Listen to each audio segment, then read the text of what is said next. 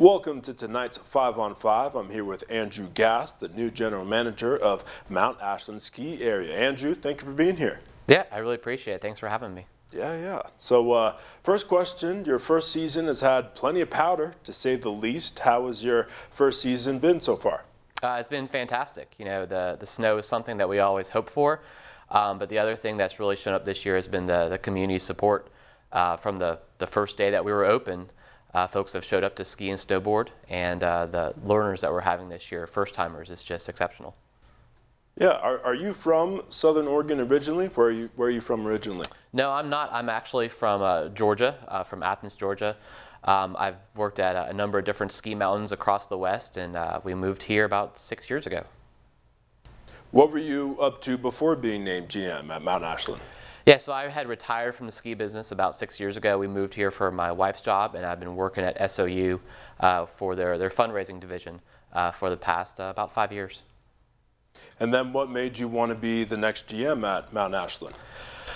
You know, I think it was just an opportunity to get back to what I really have been the most passionate about and where my experience is. I've been a pass holder at Mt Ashland as long as we've been living here, skiing almost every single day I could, and it was just an opportunity that I couldn't pass up.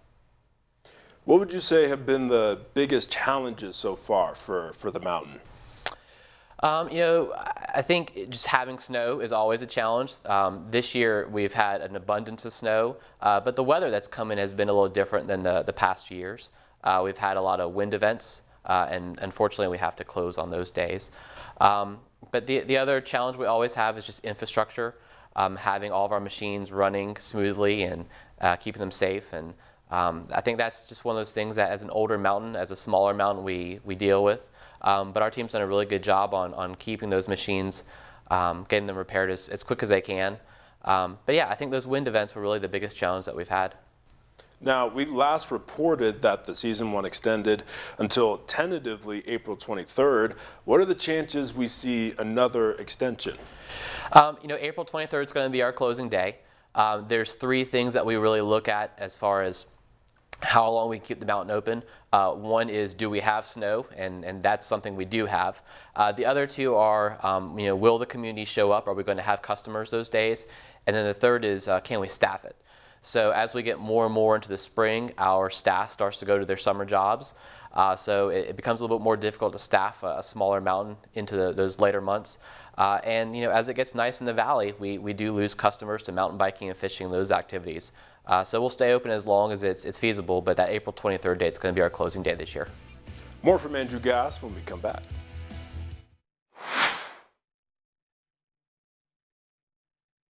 Welcome back, talking to Andrew Gast of Mt Ashland, the new GM. Now, Andrew, I know schools in the area are about to have spring break next week. What does the mountain have in store for the spring breakers out there?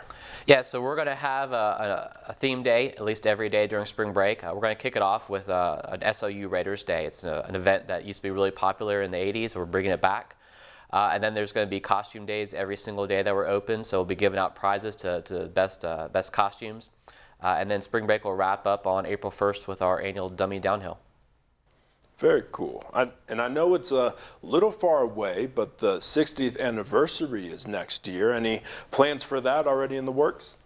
Yeah, so it's going to be a big event. You know, the 50th anniversary, unfortunately, the mountain didn't get to open that year, and so we didn't get to celebrate. So we're really looking at the 60th as a chance to celebrate and to reinvent the mountain and to look at what the next evolution is going to be.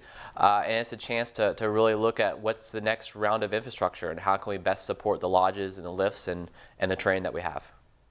Yeah, earlier you had mentioned that you're an avid skier yourself. How long have you been skiing, and as obvious as it is, how much do you enjoy it? Well, it's definitely one of my favorite things to do. I learned to ski when I was 10 years old. Growing up in the South, it was actually in North Carolina where I first learned to ski, and then bounced around, worked at several ski areas in the Southeast, and then in Wyoming and Montana before coming here. Anything else you wanna share with us? No, just that we're going to be open until April 23rd. You know, there's over 10 feet of snow on the mountain right now, which is a pretty historic amount. We've had 283 inches of snow this year. So it's going to be a really good spring skiing season. All right, Andrew, thank you so much for being here. Thank you. I really do appreciate it. We'll be right back.